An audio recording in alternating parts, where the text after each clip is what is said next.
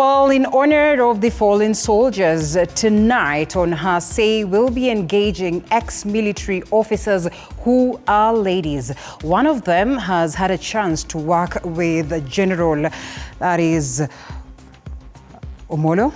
And of course, even at this moment, as we mourn as a country, she's going to have a moment to as well share her experience having worked with him. And of course, we'll be getting to that conversation later on. And of course, she'll be joining us via Skype. But then again, we'll also have two ladies that will be on set. I'll be introducing them shortly, even as we get to that. But for now, allow us to take a look at what is in the world of news. My name is Linda Alela, and this is TV47 Weekend Edition. Here are the highlights.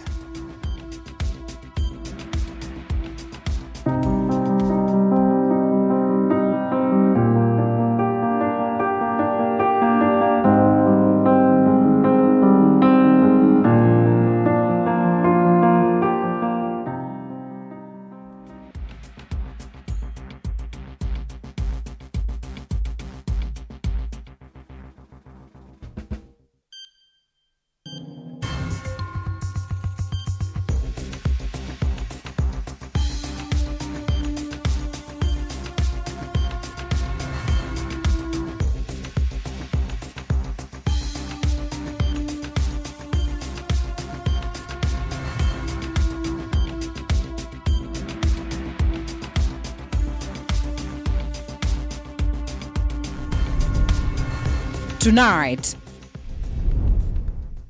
President William Ruto and Opposition Chief Raila Odinga issued differing views regarding the late General Ogolla's involvement during the tallying of the 2022 presidential election results. The manner in which Ogolla died, a lot of rumors are flying around all over.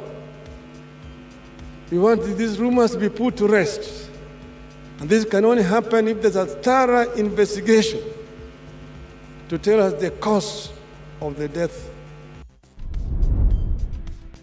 And the military organizes a big ceremony, one of the most elaborate ever seen in the country, to honor their fallen leader, with calls for decisive action against banditry dotting the ceremony. I have one regret.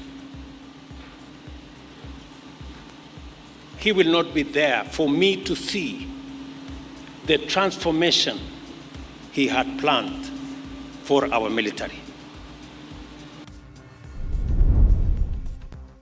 Transport Cabinet Secretary Kipchumba Murkomen appoints an aircraft accident investigation team in response to the tragic helicopter crash that claimed the lives of Chief of Defense Forces General Francis Ogolla and 9 other KDF soldiers. I want to commit to our military officers, men and women in uniform, like the way we are doing with the police. We now have a clear plan on how to modernize the equipment. And TV47 Weekend Edition begins right now, by extension Her Say. As earlier mentioned, we'll be getting into that conversation where we engage ex-military officers who are ladies on Her Say. But before it gets to that, we have so much lined up for you. My name is Linda Alela. Our sign language interpreter is Catherine Simaloi. And our leaders and the late Francis Ogolla's family poured their tributes, that is to the late general. The conversation about the true cost of banditry came up, with calls from all quarters for an urgent intervention to this menace that has claimed many lives. Our reporter Ruga Ival filed this report on the thoughts of today's memorial service attendees or the menace that took the life of the general. The urge to get rid of banditry attacks caused the shortening of Ogolla's life, together with other 9 soldier lives. The general's son, while paying his tribute, couldn't help it, but insists on the need for an end to the banditry attacks. His worst days was when he had, or rather different days he hears his soldiers have been hit. He was actually mourning like he was mourning a child. And he'd go down to his knees and ask, God, what is happening here? Hard for me strength. Nahitaji kulima hii al-Shabaab kabisa. Nahitaji kulima hii bandits kabisa. Which is what he was doing in the line of duty when he went down. For years, residents of the banditry-ravaged areas have cried foul for a listening ear to their troubles, but little did anyone know it would one day cost Kenya the life of its Chief of Defence Forces General Francis Ogolla. You may now take off. I give you fallout. And that was a tradition for the days we stayed with General Ogolla. The Commander-in-Chief, President Ruto, could not help but bring back memories of how it was like to work with his general, whom he says was the best Kenya had to offer. Either we talked physically, by phone, by WhatsApp, and I can confirm that General Ogolla was the best that we could get. According to the Institute for Security Studies, banditry and the proliferation of illegal small arms are critical drivers of insecurity in Kenya's North Rift region. Surveyed the Raved Baselines project the number of illicit firearms in the country to be over 650,000, with most concentrated in pastoral counties. Ruga Ival, TV47. The late Francis Omondi Ogolla has been remembered as a kind, clear-minded soldier and an epitome of humility, even in his death. At the Military Honours Memorial, President William Ruto described him as the best Kenya could get as a Chief of Defence Forces. Sheila Chelangat reports on how the late Chief of Defence was eulogized. The late Foster General Chief of Defence Forces Francis Omondi Ogolla received flowery tributes at the Military Honours Memorial service. Described as patriotic, kind, and an epitome of humility. As he lays here with his uniform, I see they put his medals, his sword and boots. He loved it as a tool for the job, but nothing more. Don't be under any illusion that he thinks is important once he breathed his last. His love for God, family and soldiers also was highlighted. The general remembered as one who was humorous and made tense situations comfortable for all.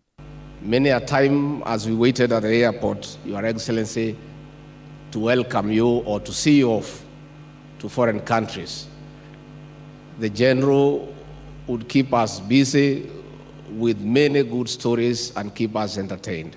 His dedication to work was not forgotten, many remembering him as a decisive commander, fair and very firm. By his own conduct, he showed that he loved his country and he was prepared to serve and die on behalf of his country. Let's honor his memory by upholding the values he held very dear. As for the president, the commander-in-chief of the armed forces, the heaviness of the moment and emotions could show on his face, devastated from the moment he learnt of the news, as Deputy Rigathi narrated. I, however, have one regret. He will not be there for me to see the transformation he had planned for our military. Ruto describing him as the best Kenya could offer as the CDF, clear-minded and one who was passionate about his soldiers. Different days he hears his soldiers have been hit. He was actually mourning like he was mourning a child. And he'd go down to his knees and ask, God, what is happening here? This man, General Francis Omondi Ogolla, takes his final flight, his death untimely, his impact quite profound.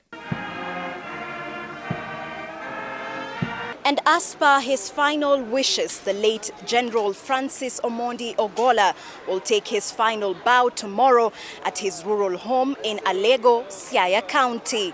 Sheila Chelangat for TV47 at the Ulinzi Sports Complex in Nairobi. Now, in a vibrant ceremony adhering to military traditions, the Kenya Defence Forces ensured that General Ogolla's final moments were conducted with dignity and in accordance with the military procedures. Family and friends of Ogolla were dressed in black and white as a mark of respect for their soldier. Despite the elaborate military honours, Ogolla's son Joel Ogolla expressed his father's wish for a simple burial, as Paul Kirobi details. Pia ningependa kutambua uwepo wao wenzetu kutoka Military Wives Association of Kenya, MWAC, kwa kuweza kusimama na Mama Eileen Ogolla. It was the final military honor for Kenya's Chief of Defense Forces General Francis Ogolla, who served the military for a period of almost 40 years. A colorful procession left the Memorial Forces morgue at midday and made its way to the Ulinzi Sports Complex. Most of the government's vehicles escorting the generals remaining on the military gun carrier were all black and white, a signal of mourning the Chief of Defense Forces ahead of the final journey, with the burial expected to take place in Siaya. His family also made its way to the venue while dressed in black and white. Senior government officials and dignitaries from different parts of the country were all dressed in black and white as a somber mood and sad moment engulfed the Ulinzi Sports Complex. And while the military procession carrying the remains of General Ogolla went round the stadium, members of the clergy drawn from Ogolla's beloved Anglican Church were dressed in white and purple, an indication that they were attending a special occasion and to make it a peaceful day. High-ranking military officers from different countries were also in the country for the memorable moment. And where senior government officials were designated to sit, there were colorful flowers symbolizing the death of a general. Despite the government's move to make sure Ogolla is given a befitting send-off in line with traditions and cultures of the military, his son insisted that he should be buried according to his wishes. Line. It is about his soldiers and his family. I can guarantee you right now, ule private mwenye amekaa pale juu kwa kona and me, he viewed us almost the same. Paul Kirobi, TV47, Langata Barracks, Nairobi. Thank you, Paul, for that. And Azimio leader Raila Odinga has strongly defended the late Chief of Defense Forces General Francis Ogolla over the alleged involvement in an attempt to alter the outcome of the August 2022 presidential election results, saying that he was upright in his dealings. However, President William Ruto says that the late Ogolla did not defend himself regarding the incident when they had a candid conversation, as Elizabeth Mutuku tells us.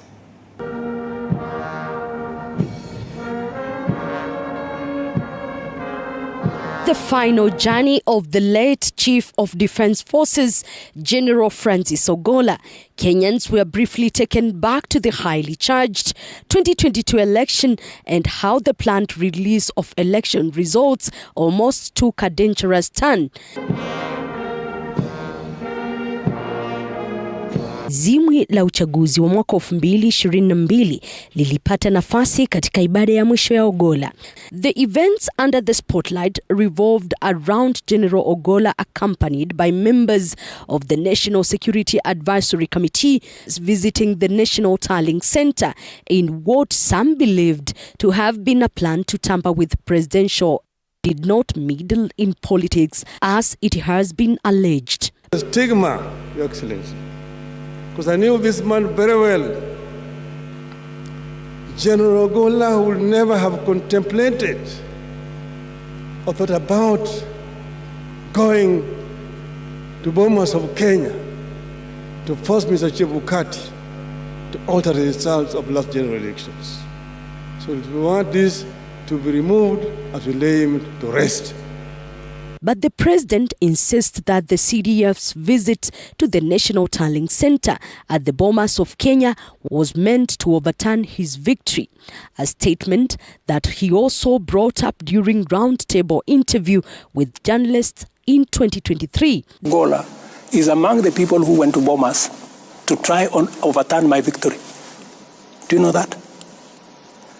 But because when I looked at his CV, he was the best person to be general. I called him and I sat him down.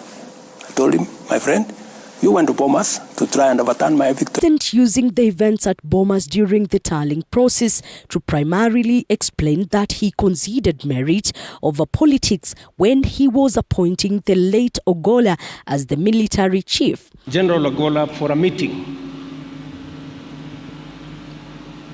And I had a one-on-one, man-to-man, come to Jesus meeting with General Ogolla.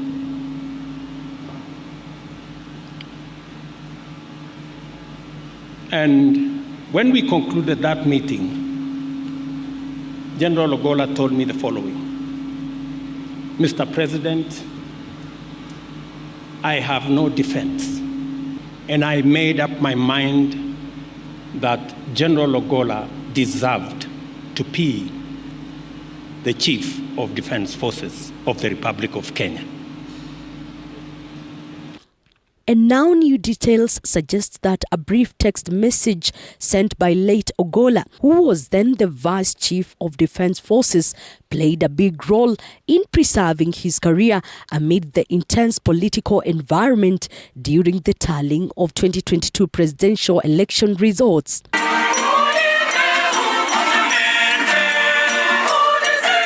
The message sent by Ogolla indicated that there was no significant national security concern at the Bomas of Kenya, contrary to what had been suggested to necessitate his presence there.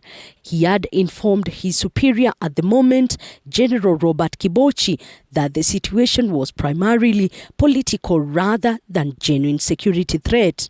The details indicate further that Ogolla shared the content of the message during meeting with President Ruto shortly after Ruto's inauguration, particularly as tensions rose between Kenya Kwanza and individuals perceived as allies of former President Uhuru Kenyatta. The appointment of General Ogolla as the country's Chief of Defense Forces, despite there being fears of rift between him and President right before his appointment, only fueling speculations both online and offline about what exactly happened before the tragic helicopter crash. Opposition leader Raila Odinga insisting that only a thorough investigation will answer Kenyans' questions regarding the crash that claimed the lives of General Ogolla and other soldiers. So the manner in which Ogolla died, a lot of rumors are flying around all over. We want these rumors to be put to rest. And this can only happen if there's a thorough investigation to tell us the cause of the death, how that plane came down. General Ogolla will be buried in his home village Mor, Alego Usonga in Siaya County. Elizabeth Mutuko, TV47, Nairobi. Thank you, Liz, for that. The military has today shown their last respect to their fallen hero, the Chief of Defense Forces, General Francis Ogolla, who died in the West Pokot chopper crash on Thursday. The ceremony commenced with a church service presided over by the military clergy, and later a 19-gun salute was witnessed in honor of Ogolla. Have a look.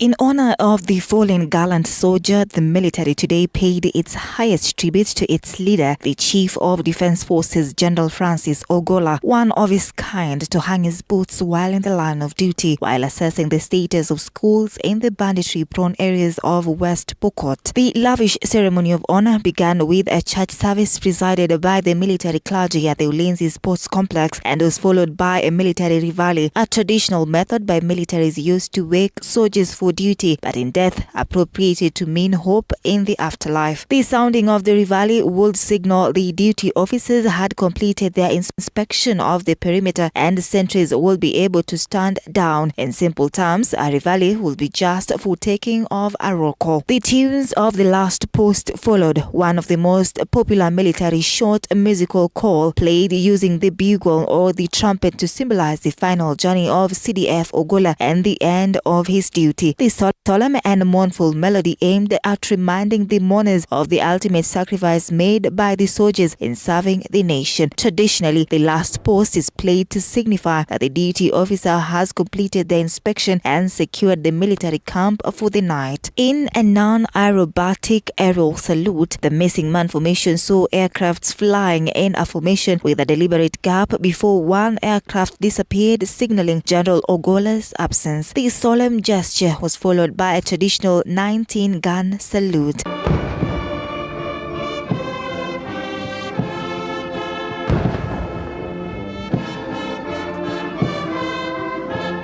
The last time the military performed the honors was during the burial of former President Mwai Kibaki, who died in April 2022. That service today, that is the highest honor that we can give to anybody in this country. And I'm happy and proud that the president in his own right felt that General Ogolla should be given these due rights. I want to say confidently that as a commander of the armed forces and on behalf of the KDF, we are very happy and proud with the President Commander-in-Chief for giving this great honor today. Ann Odida, TV47.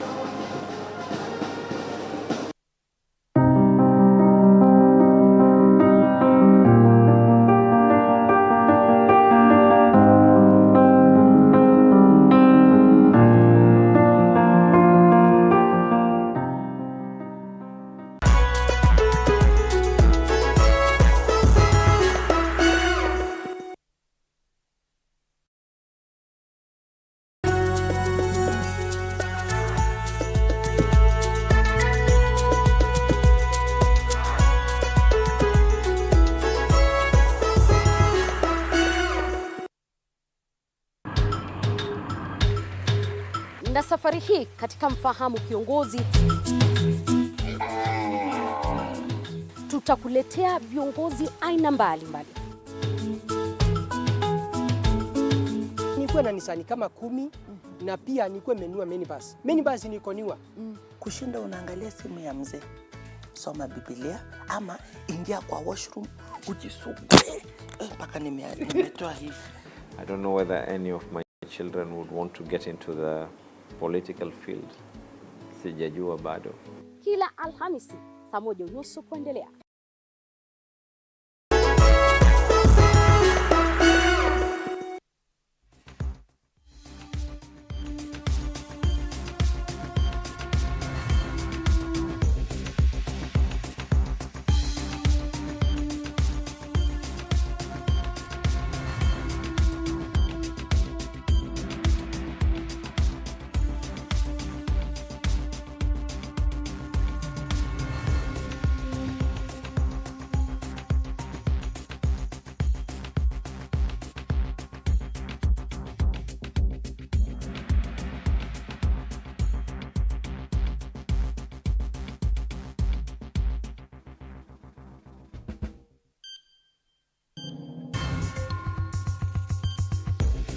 All right, welcome back. And now the Transport Cabinet Secretary Kipchumba Murkomen has taken action by appointing an aircraft accident investigation team in response to the tragic helicopter crash that claimed the lives of Chief of Defense Forces General Francis Ogolla and 9 other KDF soldiers.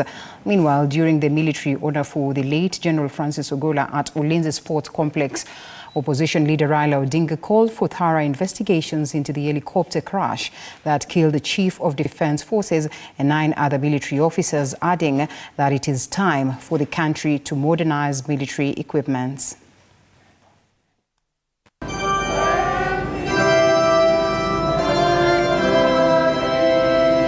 Following General Francis Ogolla's death alongside other KDF soldiers who perished through a chopper crash at the border between Elgeyo Marakwet County and West Pokot County, Transport Cabinet Secretary Kipchumba Murkomen has appointed an aircraft accident investigation team to probe the accident.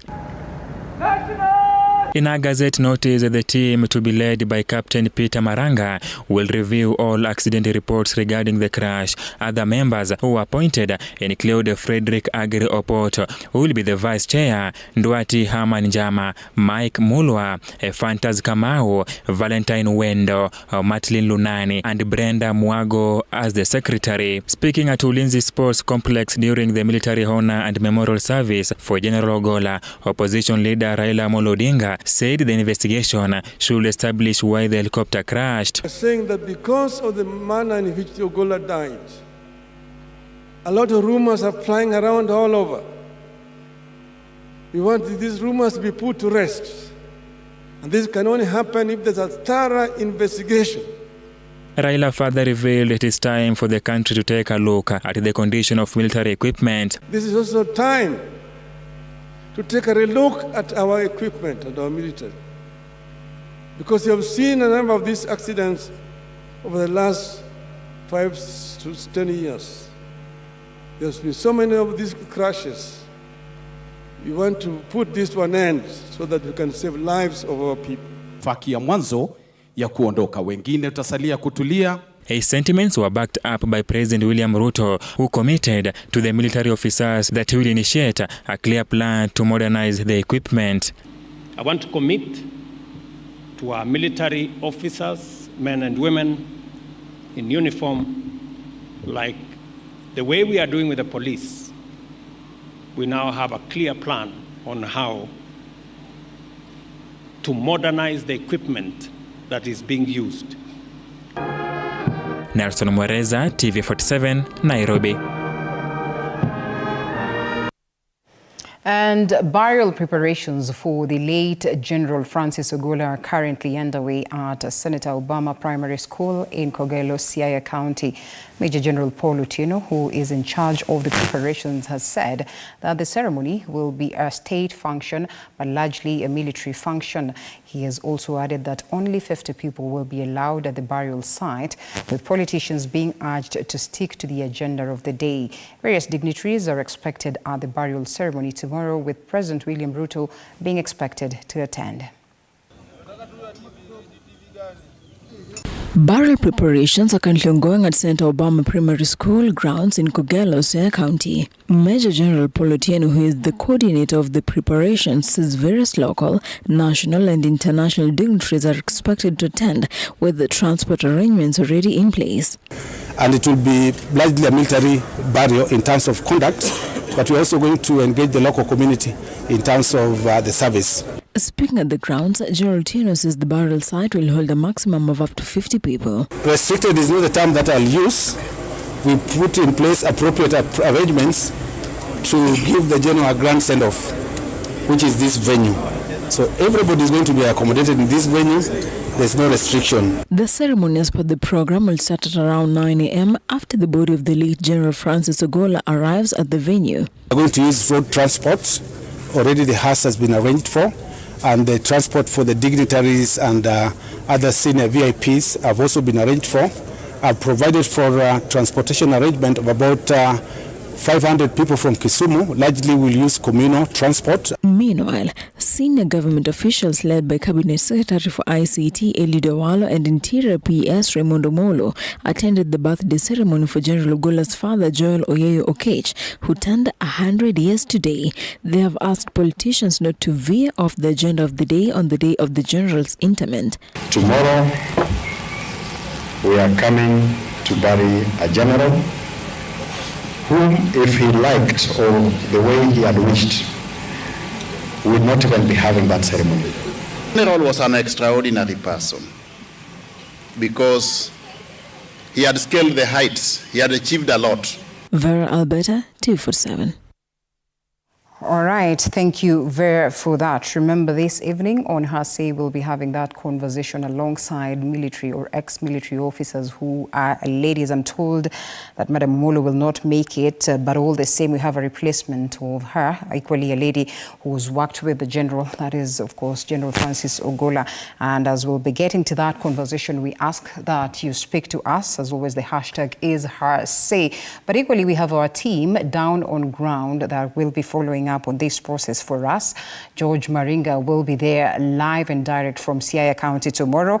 I know they are on their way. I hope if they manage while we're still on a set, they'll also be telling us what to expect or what is on as at now. But for now, the senior military command, including members of the Defense Council, Presidential Advisory Committee and officials, that is from the National Security Council, are engaged in intense deliberations to determine the next Chief of Defense Forces following the tragic demise of General Francis Ogolla. The decision ultimately rests on their recommendation, and officials familiar with the proceedings indicate that for the interim Vice Chief of Defense Forces, Lieutenant General Charles Kahariri Muriu will assume the role of CDF, that is until President Ruto appoints Ogolla's successor. However, what intrigues lie, of course, ahead is that crucial appointment by the President Ruto. We delve into all the possibilities and complexities that are surrounding this pivotal decision. Following General Francis Ogolla. The task ahead is the appointment of the new Chief of Defence Forces. Officials aware of the ongoings are now asking hard questions on whether President William Ruto will abide by the Tonje rules or the head of state will act otherwise. The issue of succession. We know very well that that rests with the Defence Council and ultimately the Commander-in-Chief and President of this country, who will therefore, on advice, the Defence Council be able to make his decision.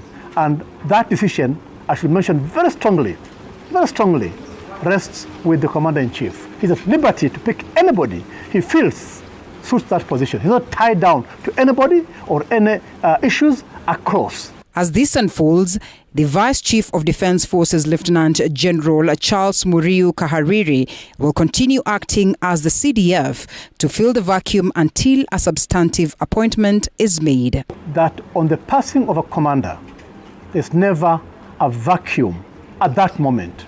Immediately, the deputy, the vice, or the person second in charge will fill that position while waiting formally for the position to be filled as appropriate. Remember, this is the first isolated case of such nature since the inception of the Kenya Military Forces in December 1963.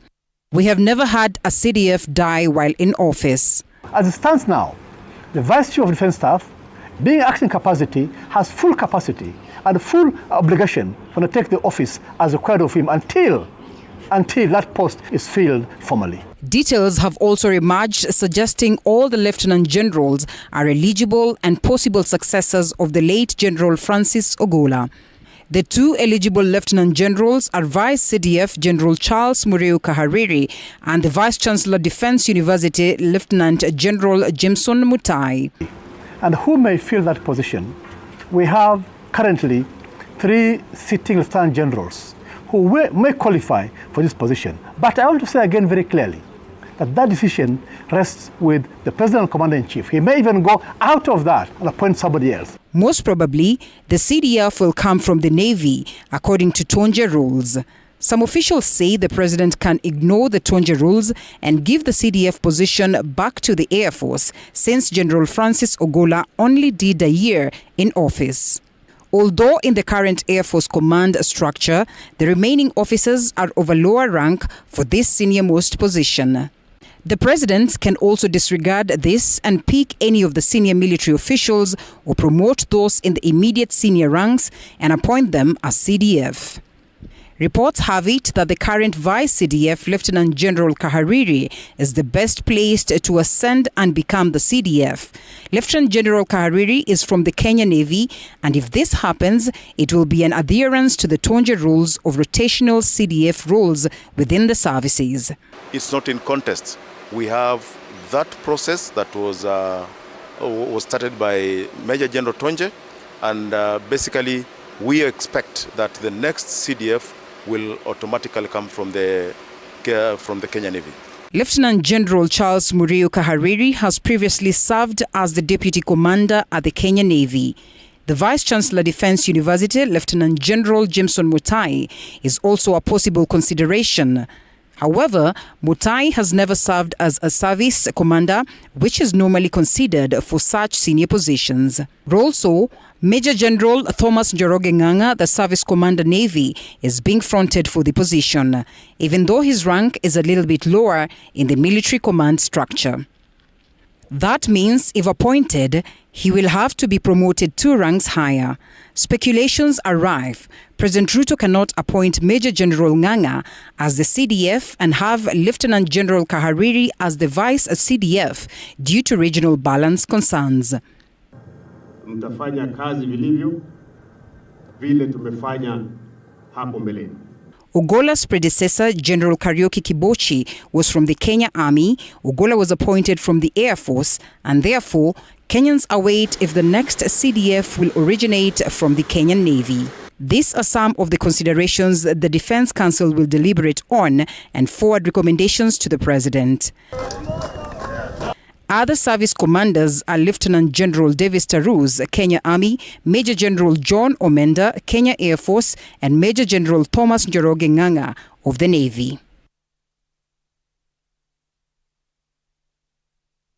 All right, it is now time that we take a quick short break. I see my guests already on a standby for the conversation. As earlier mentioned, we'll also be having one of them joining us virtually. So allow me to take this quick break as I release Catherine Simaloi and cross over to the other side for her say.